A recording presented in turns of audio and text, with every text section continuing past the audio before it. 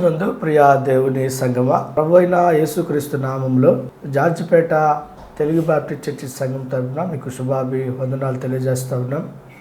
మరి ఈ దినము మనము వర్తమానంలోనికి ప్రవేశించడం ముందుగా లేఖన భాగం ధ్యానం చేస్తూ మనం వర్తమానంలోకి ప్రవేశిద్దాం. పరిశుద్ధ గ్రంథము నుండి హెబ్రీయులకు రాసిన మొదటి పత్రిక మొదటి అధ్యాయం మొదటి వచనము నుండి లేఖన భాగం ధ్యానం చేస్తూ ఈ దినపు వర్తమానంలోని మనం ప్రవేశిద్దాం. పరిశుద్ధ గ్రంథంలో నుండి పూర్వకాలమందు నానా సమయములలోనూ నానా విధములుగాను ప్రవక్తల ద్వారా మన పితరులతో మాట్లాడిన దేవుడు ఈ దినముల అంతమందు కుమారుని ద్వారా మనతో మాట్లాడెను. ఆయన ఆ కుమారుణ్ణి సమస్తమునకు వారసునిగా నియమించెను. ఆయన ద్వారా ప్రపంచములు నిర్మించెను. ఆయన దేవుని మహిమ యొక్క తేజస్సును, ఆయన తత్వము యొక్క మూర్తివంతమునై ఉండి తన మహత్తు గల మాట చేత సమస్తమును నిర్వహించుచు పాపముల విషయంలో శుద్ధీకరణం తానే చేసి దేవదూతల కంటే ఎంతో శ్రేష్టమైన నామం పొందెనో వారికంటే అంత శ్రేష్ఠుడై ఉన్నత లోకమందు మహామహుడగు దేవుని కుడిపార్శ్వమున కూర్చుండెను. దేవుడు తన ఇనికిడిలో ఈ లేఖన భాగమును దీవించునుగాక. దయతో గమనించండి, ఈ దినం మనం ఇటు వర్తమానము దేవుడు ఆయన గుణ విశేషముల వలన గుర్తింపబడును.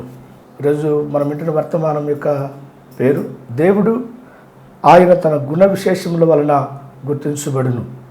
తలబుచ్చినట్లయితే ప్రార్థన చేద్దాం. కృపా కనికరములు కలిగిన దేవ, పరిశుద్ధుడైన తండ్రి, సర్వాధికారి, ప్రేమాస్వరూపుడా, మీ పాదాలకు వందనాలు, స్తోత్రాలయ్యా. ఈ ఉన్నతమైన ప్రేమను బట్టి, కృపను బట్టి ఈ దినమునైనా ఈ యొక్క కీర్తన టీవీ ఛానల్ ద్వారా వీక్షకులతో నాయన నీ మాటలు ప్రకటించడానికి, నీ నామమును గణపరచడానికి మీరిచ్చిన గొప్ప భాగ్యమును బట్టి స్తోత్రాలయ్యా. ఈ యొక్క వాక్యమును వినటానికి సిద్ధపడి ఉన్నట్టు ప్రతి బిడ్డను జ్ఞాపకం చూసుకునండి, దీవించండి. వాక్యము ప్రతి కాలంలో నీ ప్రజలకు క్షేమాన్ని కలుగు చేస్తుందయ్యా. నీకు స్తోత్రాలు. వాక్యం వింటున్న ప్రతి బిడ్డకు క్షేమాన్ని కలుగు చేయండి. వాక్యమైన దేవుడుగా నీ ప్రజలతో మాట్లాడమని, అల్పుడైన నన్ను నీ శిలువసాటును మరుగు చేయమని యేసుక్రీస్తు అధికారం కలిగిన నామములో ప్రార్థిస్తున్నాం తండ్రి, ఆమేన్. మంచిది. చదవబడిన ఈ లేఖన భాగంలో అపోస్తులైన పౌలు పూర్వకాలమందు నానా సమయములలోనూ నానా విధములుగాను ప్రవక్తల ద్వారా మన పితరులతో మాట్లాడిన దేవుడు అని చెప్పేసి ఈ హెబ్రీ సంఘములో మాట్లాడుతున్న సందర్భాన్ని మనం ధ్యానం చేస్తున్నాం. ఈ రోజున దేవుడు మాట్లాడుతూ ఉన్నాడు, కానీ చాలామంది గుర్తించలేని కండిషన్లో ఉన్నారు.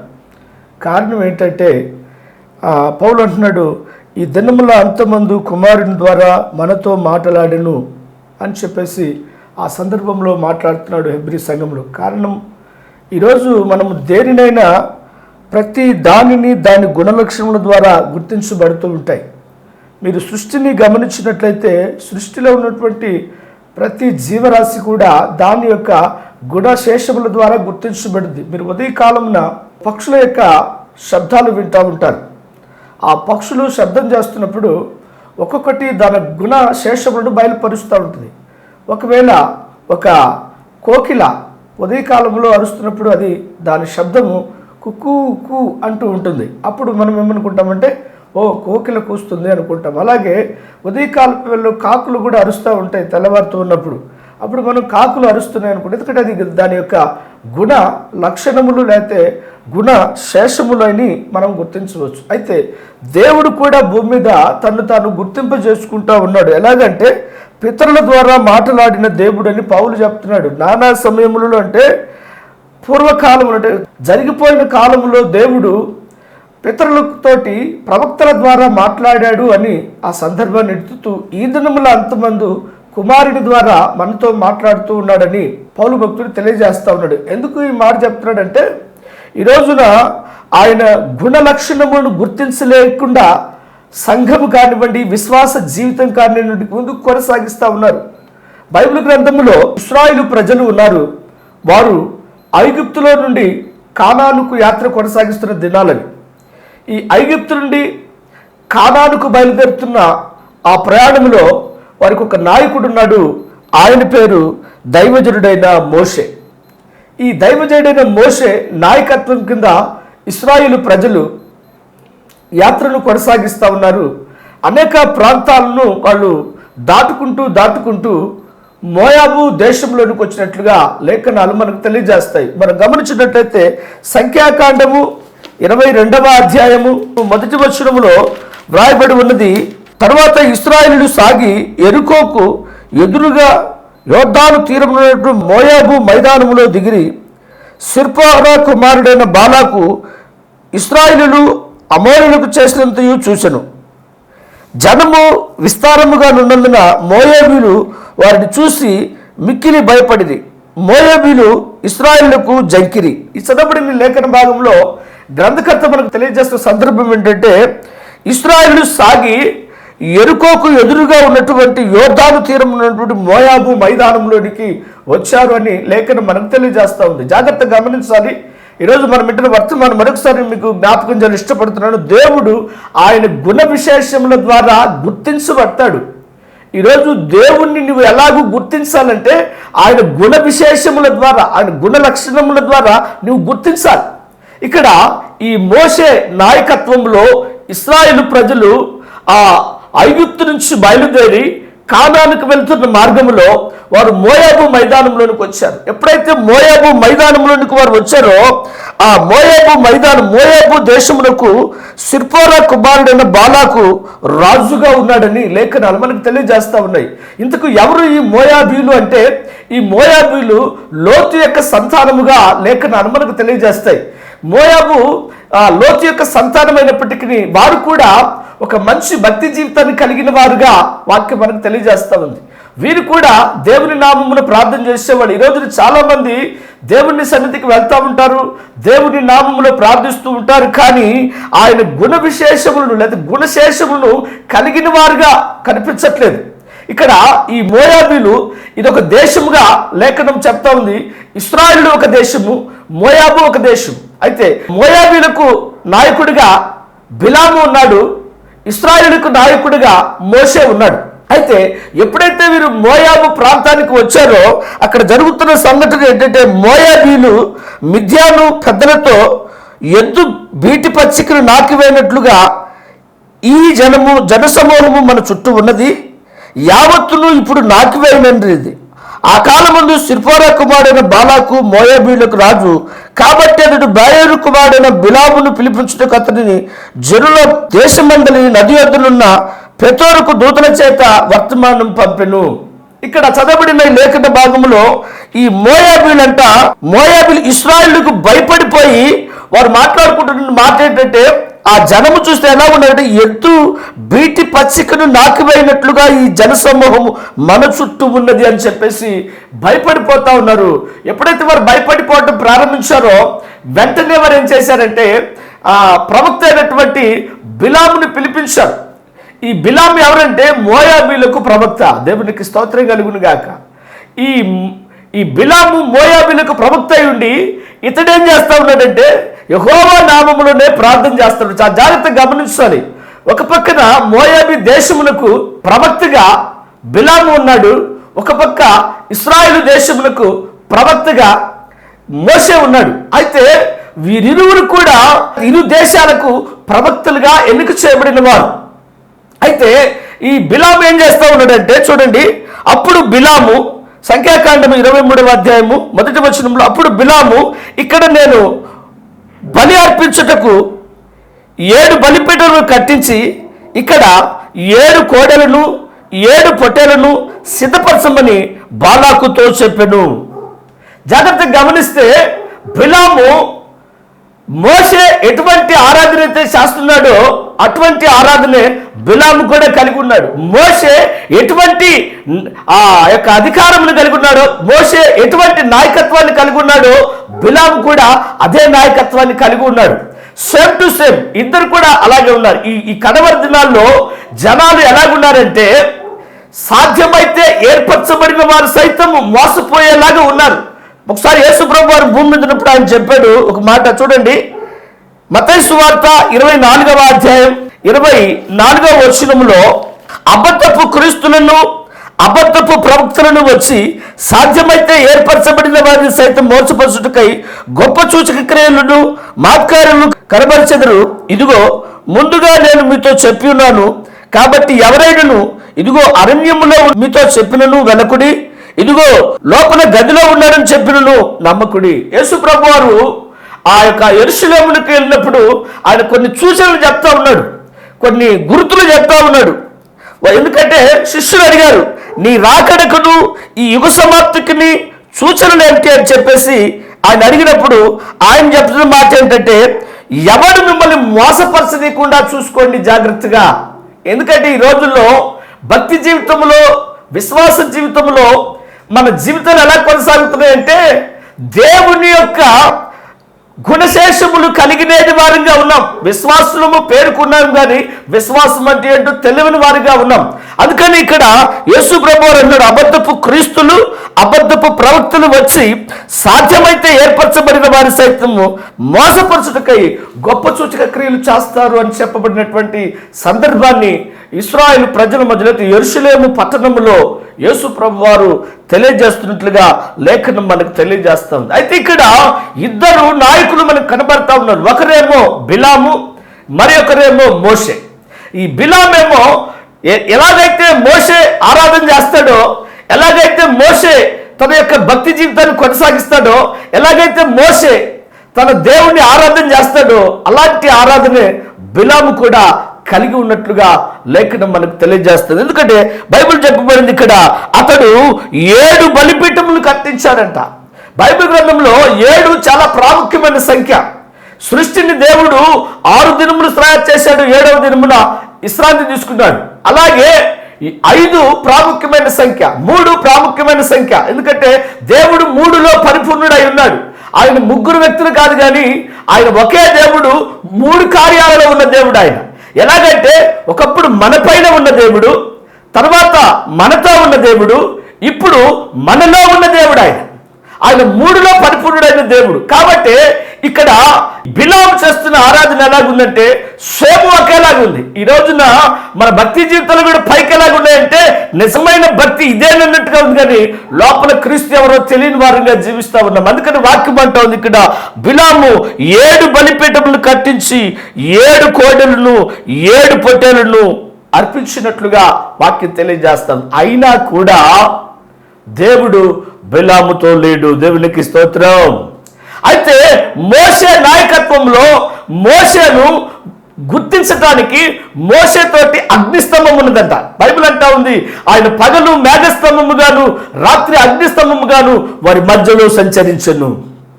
ఇప్పుడు మోషే దగ్గర అగ్నిస్తంభం ఉంది, మోషే దగ్గర చీల్చబడిన బండ ఉన్నది, మోషే దగ్గర ఇంకా ఏమున్నదంటే ఆయన చేతిలో ఒక కర్ర ఉన్నది. అదేంటంటే దేవుడు వారితో ఉన్నాడంటానికి ఒక గుర్తు ఉన్నది. దానినే ఈ పౌలు అంటా ఉన్నాడు, ఆయన గుణ శేషముల ద్వారా గుర్తించబడుతున్నాడు. మోషేలో దేవుడు గుర్తింపుని కలిగి ఉన్నాడు. బిలాములో అయితే దేవుని యొక్క గుర్తింపు ఎంత మాత్రమును కలిగలేడు. కారణం ఏంటంటే దేవుడు తన గుణ లక్షణాలని ఎవరైతే ఆయన ఎందుకు భయభక్తులు కలిగి ఉంటారో వారి మధ్యలో పరిశీలన చేస్తూ ఉంటాడు. దేవునికి స్తోత్రం కలుగును గాక. అందుకని యేసు ప్రభువు వారు భూమి మీద ఉన్నప్పుడు ఆయన 12 ఏళ్ల బాలుడిగా ఉన్న దినాల్లో వాడుకు చొప్పునట. ఎట్లాగంటే చూడండి, లూకాసు సువార్త 2వ అధ్యాయము 42వ వచనములో బైబిల్ గ్రంథంలో రాయబడి ఉంది, ఆయన 12 ఏళ్ల వాడై ఉన్నప్పుడు ఆ పండుగ ఆచరించుటకై వాడుకు చొప్పున వారు యెరూషలేమునకు వెళ్ళిరి. ఆ దినములు తీరిన తర్వాత వారు తిరిగి వెళ్ళుచుండగా బాలుడైన యేసు యెరూషలేములో నిలిచెను. ఆయన తల్లిదండ్రులు ఆ సంగతి ఎరుగక ఆయన సమూహములో ఉన్నాడని తలంచి ఒక దిన ప్రయాణము సాగి పోయి తమ బంధువులలోను నెలమైన వారిలోను ఆయన వెతుకుచుండిరి. ఆయన కనబడనందున ఆయన వెతుకుచు యెరూషలేమునకు తిరిగి వచ్చిరి. దేవునికి స్తోత్రం. ఒక వ్యక్తి దేవుని యొక్క సన్నిధిని అనుభవించాలంటే, ఒక వ్యక్తి దేవుని సన్నిధిలో ఆయన మహిమను చూడాలంటే అతడు ఎక్కడికి రావాలంటే దేవుని సన్నిధిలోనికి రావాలి. ఈ రోజున చాలా మంది దేవుని సన్నిధిని నిర్లక్ష్యం చేసేవారుగా జీవిస్తూ ఉన్నారు. ఈ రోజున చాలా మంది దేవుని వాక్యమును విని విడిచిపెట్టేవారుగా జీవిస్తూ ఉన్నారు. అయితే మరియా యోసేపులు వారు వాడుక చొప్పునంట పస్కా పండుగను ఆచరించుటకై వారు యెరూషలేమునికి వెళ్ళారంట. యేసు కూడా 12 ఏళ్ల వాడై వారితో కూడా యెరూషలేమునికి వెళ్ళాడు. అయితే వారు వాడుక చొప్పున వెళ్ళారు. ఆ దినములు తీరిన తరువాత వారు తిరిగి వెళ్ళుచుండగా బాలుడైన యేసు యెరూషలేములో నిలిచిన వాక్యం చెప్తా ఉంది. ఎప్పుడైతే యేసు ప్రభు వారు మధ్యలో లేడో వారు ఏం చేశారంటే మళ్ళా తిరిగి యెరూషలేముకి వచ్చారు. వారు యెరూషలేముకి వచ్చినప్పుడు ఆయన చూడండి, ఆయన 3 దినములైన తరువాత ఆయన దేవాలయంలో బోధకుల మధ్య కూర్చుండి వారి మాటలను ఆలకించుచు వారిని ప్రశ్నలు అడుగుచుండగా చూచిరి. ఎప్పుడైతే యేసు ప్రభు వారు యెరూషలేములో నిలబడిపోయాడో, నిలబడిపోయిన తర్వాత ఆయన చేస్తున్న పని ఏంటంటే బోధకుల మధ్యలో కూర్చున్నాడంట. ఆయన ఎక్కడున్నాడంటే బోధకుల మధ్యలో కూర్చొని ఉన్నాడు. అంత మాత్రమే కాదు, బోధకుల మధ్య కూర్చుండి వారి మాటలను ఆలకించుచు వారిని ప్రశ్నలు అడుగుతూ ఉన్నాడట. ఈ రోజున చాలా మంది దేవుని వాక్యమును వినటానికి ఇష్టపడలేని వారుగా ఉన్నారు. వాక్యం అంటా ఉంది, కీర్తనకారుడైన దావీదు అంటా ఉన్నాడు, దుష్టుల ఆలోచన చొప్పున నడవక, పాపుల మార్గమును నిలవక, అపహాసకులు కూర్చుండు చోట కూర్చుండక, యెహోవా ధర్మశాస్త్రం నుండి ఆనందించుచు దివారాత్రమును దానిని దానించువాడు ధన్యుడు. అతడు నీటి కాలవల ఏరున నాటబడిన వాడై ఆకువాడక తన కాలమందు ఫలమిచ్చు చెట్టు వలె ఉంటాడు. ఎవరైతే దేవుని వాక్యమును శ్రద్ధగా ఆలకిస్తారో, ఎవరైతే దేవుని వాక్యమును జాగ్రత్తగా విని గైకొంటారో వారట తగిన కాలములో ఫలమిచ్చే చెట్టు వలె ఉంటారంట. అయితే యేసు ప్రభు వారు ఆయన దేవాలయములో లేకపోతే యెరూషలేములో ఉండి వారి బోధకులు మాట్లాడుతున్నప్పుడు వారి మాటలు ఆలకిస్తూ వారిని ప్రశ్నలు అడుగుతూ ఉన్నట్లుగా దేవుని వాక్యం మనకు తెలియజేస్తుంది. అయితే ఆ ప్రశ్నలు అడుగుతున్నప్పుడు ఆయన మాటలు వినిన వారందరూ ఆయన ప్రజ్ఞకును ప్రత్యుత్తరమునకును విస్మయం పొందిపోయారు. ఎప్పుడైతే ఆయన మాట్లాడుతూ ఉన్నాడో, ఆయన అడుగుతా ఉన్నాడు, ఆయన ప్రజ్ఞకు, ఆయన జ్ఞానములకు, అలాగే ఆయన ప్రత్యుత్తరాలకు, అంటే జవాబు ఏ ఒక్కదాన్ని కూడా ఆయన విడిచిపెట్టిన వాడిగా కనపడింది. ఏ ప్రశ్నకైనా ఆయన జవాబు చెప్తా ఉన్నప్పుడు అక్కడున్న యాజకులందరూ కూడా విస్మయం పొందటం ప్రారంభించారంట. అయితే జరిగిన సంఘటన ఏంటంటే ఆయన తల్లిదండ్రులు ఆయన చూసి మిక్కిలి ఆశ్చర్యపడిపోతా ఉన్నారు. మిక్కిలి ఆశ్చర్యపడి ఆయన తల్లి అంటా ఉంది, కుమారుడా మమ్మల్ని ఎందుకు ఇలాగ చేసేదివి? ఇదిగో నీ తండ్రియు నేనును దుఃఖపడుచు నిన్ను వెతుకుతున్నామని ఆయనతో చెప్పగా, దేవునికి స్తోత్రం. ఆయనతో మాట్లాడుతూ ఉన్నారు మరియా యోసేపులు. కుమారుడా అని పిలుస్తా ఉంది ఆమె. అయ్యా కుమారుడా, మమ్మల్ని ఎందుకు ఇలాగ చేశావు?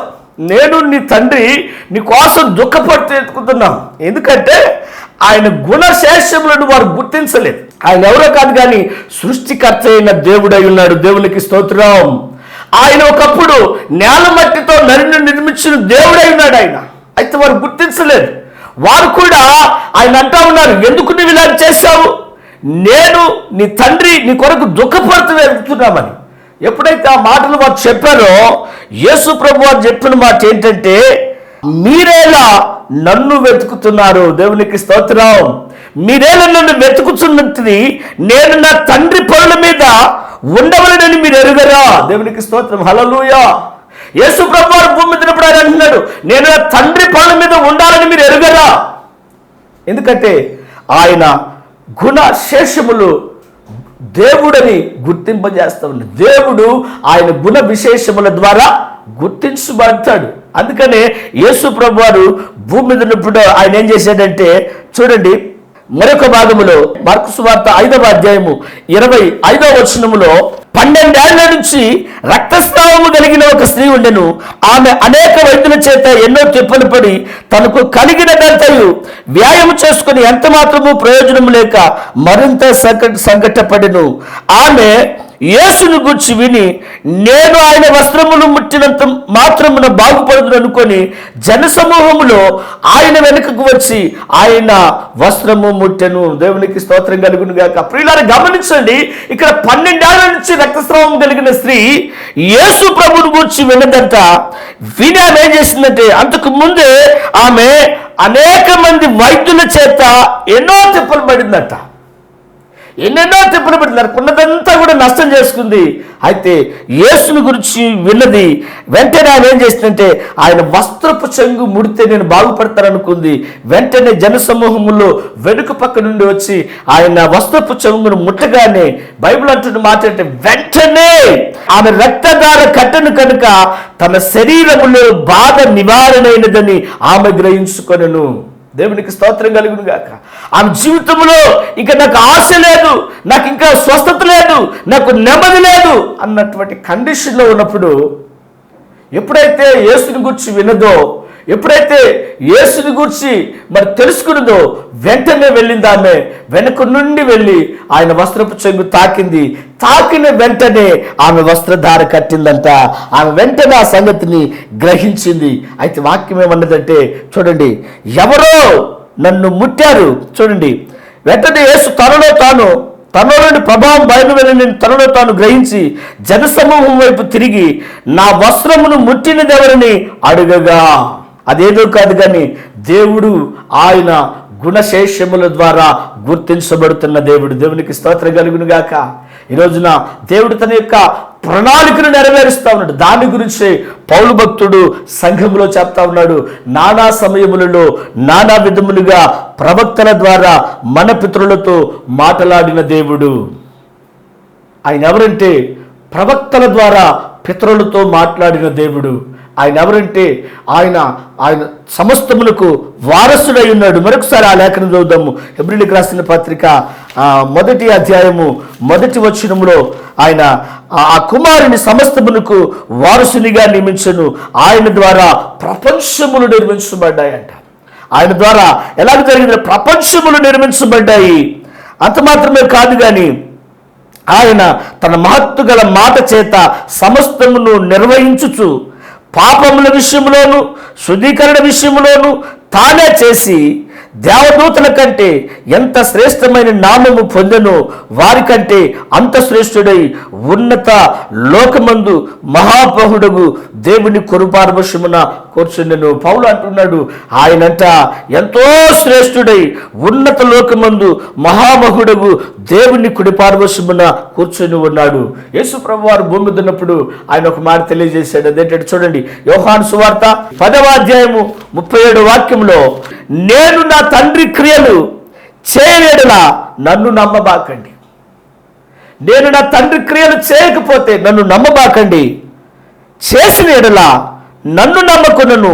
తండ్రి నా యందును నేను తండ్రి యందును ఉన్నామని మీరు గ్రహించి తెలుసుకున్నట్లు ఆ క్రియలను నమ్మండి. దేవునికి స్తోత్రం. యేసు ప్రభువు చెప్తున్న మాట ఏంటంటే, నేను నా తండ్రి క్రియలు చేయలేడలా. ఈరోజు చాలా మందికి ఈ మాట అర్థం కావట్లేదు. ఆయన ఎవరో కాదు కానీ దేవుడు గుణ విశేషముల ద్వారా గుర్తించబడుతున్నాడు. ఆ క్రియలను చూసి నమ్మండి. నన్ను నమ్మబాకండి. నన్ను నమ్మకపోయినను నన్ను నమ్మకున్నను తండ్రి నా యందును నేను తండ్రి యందును ఉన్నామని మీరు తెలుసుకుని గ్రహించినట్లు ఆ క్రియలనే నమ్మండి. అందుకని యేసు ప్రభు వారు ఒకసారి ఆయన చనిపోయి సమాధి చేయబడి పునరుద్ధరణైన తర్వాత ఆయన ఏం చేశారంటే యెరూషలేము పురమార్గంలో ఎమ్మాయికి వెళ్తున్న ఇద్దరు వ్యక్తులతో కలుసుకున్నట్లుగా లేఖనం తెలియజేస్తా ఉంది. ఎప్పుడైతే ఆయన ఆ ఎమ్మాయి మార్గంలో వారిని కలుసుకున్నాడో వారు మాట్లాడుకుంటూ ఉన్నారు. లూకాసు వార్త 24వ అధ్యాయము 13వ వచనం నుండి, ఇదిగో ఆ దినమందే వారిలో ఇద్దరు యెరూషలేమునకు ఆమర దూరంలో ఉన్నటువంటి ఎమ్మాయి అనే ఒక గ్రామమునకు వెళ్ళుచు జరిగిన ఈ సంగతులను గూర్చి ఒకరితో ఒకడు సంభాషించుచుండిరి. వారు సంభాషించుచు ఆలోచించుకొనుచుండగా యేసు తానే దగ్గరికి వచ్చి వారితో కూడా నడిచెను. దేవునికి స్తోత్రం. ఇక్కడ చదవబడిన లేఖన భాగంలో వారు ఇద్దరు మనుషులు ఆ దినమందంట యెరూషలేమునకు ఆమడ దూరంలో ఉన్నటువంటి ఎమ్మాయి గ్రామముకు వెళ్ళుచు జరిగిన ఈ సంగతులన్నిటితోటి సంభాషించుకుంటా ఉన్నారట. వారు సంభాషించుకుంటూ మాట్లాడుకుంటూ ఆలోచిస్తూ ఉండగా యేసు కూడా వారితో పాటు ఉన్నట్లుగా లేఖనాలు మనకు తెలియజేస్తున్నాయి. వారితో కూడా ఉన్నాడు కానీ వారు ఆయన్ని గుర్తుపట్టలేదంట. ఎప్పుడైతే ఆయన వారితో వెళ్తా ఉన్నాడో వారు మాట్లాడుకుంటున్నటువంటి మాటలను బట్టి ఆయన అడుగుతున్నాడు, మీరు నడుచుచూ ఒకరితో ఒకరు చెప్పుకొనుచున్న ఈ మాటలేమని అడుగగా వారు దుఃఖముఖములై నిలిచిపోయారంట. ఎప్పుడైతే వారు మాట్లాడుకున్న సందర్భాన్ని యేసు ప్రభువు వారు ఒక్కానిస్తూ మీరు మాట్లాడుకుంటున్నటువంటి సంగతులు ఏమిటి అనగానే వారు దుఃఖముఖములై నిలిచిపోయారంట. వారిలో ఒక వ్యక్తి అయినటువంటి క్లోయప అంటూ ఉన్నాడు, యెరూషలేములో బస చేయొచ్చు, ఈ దినములో ఇక్కడ జరిగిన సంగతులను ఒక్కడవే ఎరుగవా అని ఆయన అడిగను.